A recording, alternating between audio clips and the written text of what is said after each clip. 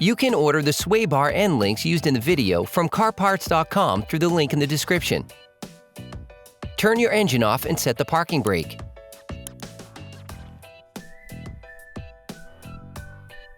Loosen the wheel lug nuts on the rear wheels. Lift the rear of your vehicle. We strongly suggest watching our video on how to jack your Ram 1500 safely before carrying out this step. Place the vehicle on the jack stands. To be able to change the rear sway bar end links on your vehicle, you need to remove the wheels to gain complete access to the suspension system. Don't forget to put the wheels under the vehicle.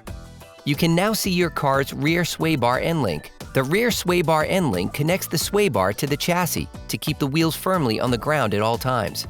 The components to be removed are very often seized up, so don't hesitate to brush and use penetrating oil to make removal easier.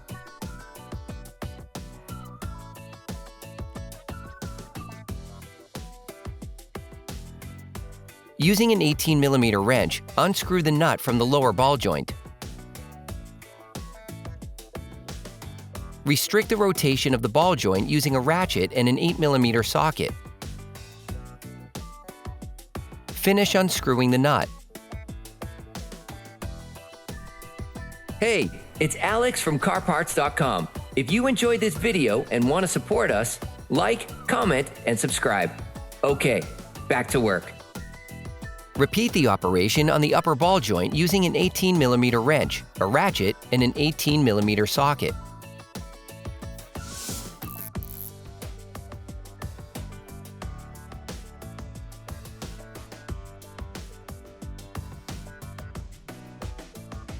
You can now remove the link.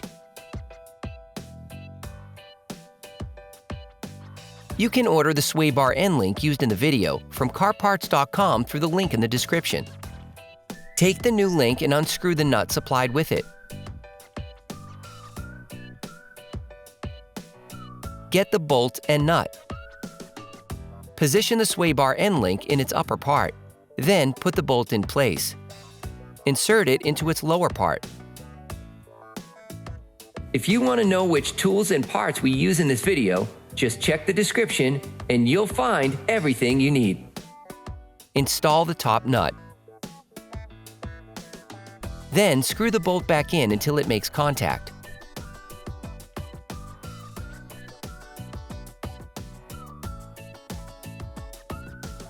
Screw the lower nut back in until it makes contact.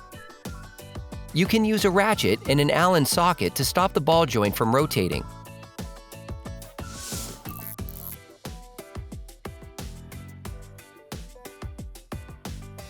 Tighten the nuts with a torque wrench.